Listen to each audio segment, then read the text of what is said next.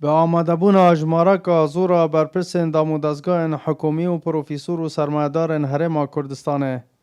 دیدار و ویستاوال آقوپهان یا گشت و گذاری هات اساس کرن لی دست پیکا او دیداره دیبای تا تاریخستن بو سرمایدار و شهرازان دی بیا و دیروکی دا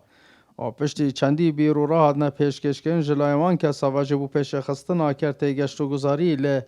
قضا آمیدیه آماده بوین اوه ویستاواله قصتا یاریگه ها آمیدیه کرن که چندین ستان هاد بونه رخستن که پیدا هاتن جه کرستن خو مالی و جهن نافدارن گشت و گذاری لسنور قضا آمیدیه لدور اوه ویستاواله برپرس نویسینگه پیشایی ها گشت و گذار سیلا و دیار کرد که اوه پینگا و که هری گرنگ بو پیش خستن کرت گشت و گذاره بگمان اوا جورا ویستاوالایان دی بیتایان دی دارا بگمان کارت که نکاگل کامازنا های بو پیش و برنا هر کرده که نخواستم الدور آمدیه کرت گشت و گذاری بیتن دون نیورو وکید بجن پشتی چند دقیقه دیتر او ویستاوالا گشتیاری وکید بجن ده تفکرن بجداریا شین بجن 28 کمپانی نه یه گشتیاری در وی قضا آمدیه و نوا قضا آمدیه دا او دیدا ویستاوالا ده تفکرن خدانستان دن بجدار ده ویستاواله دا جی خوشحالیا خود در برین هم بر اوه پینگاوه و هیوی خازن اف جور ویستاوالات بردام بن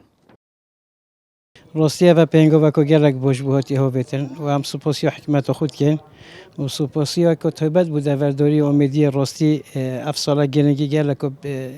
ویکرت گشت و گذاری دوی هم سپاسی وند کن و افتش تصاندی بین چکرن طبعا باشه ده علمك قصد دوری که ده جحیل مفشول کبیتن دارد سازور گرنگین خواستم با کرت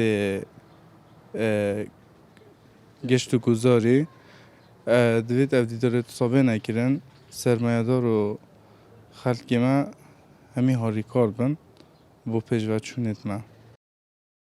جاگر نگرینگی دانا کرت گشت و گذاری لوه دوره جالی حکومت تانا هی سرمایه داره دبیا و گشت و گذاری دا گرینگی به دوره ندایه رنگ او ویستاوالا ببیتا پال در سرمایه دارن هرما کردستان ایدی گرینگی به دوره بدن جالیه کرت گشت و گذاری و اسام عبدالرحمن با دینان آمیدیه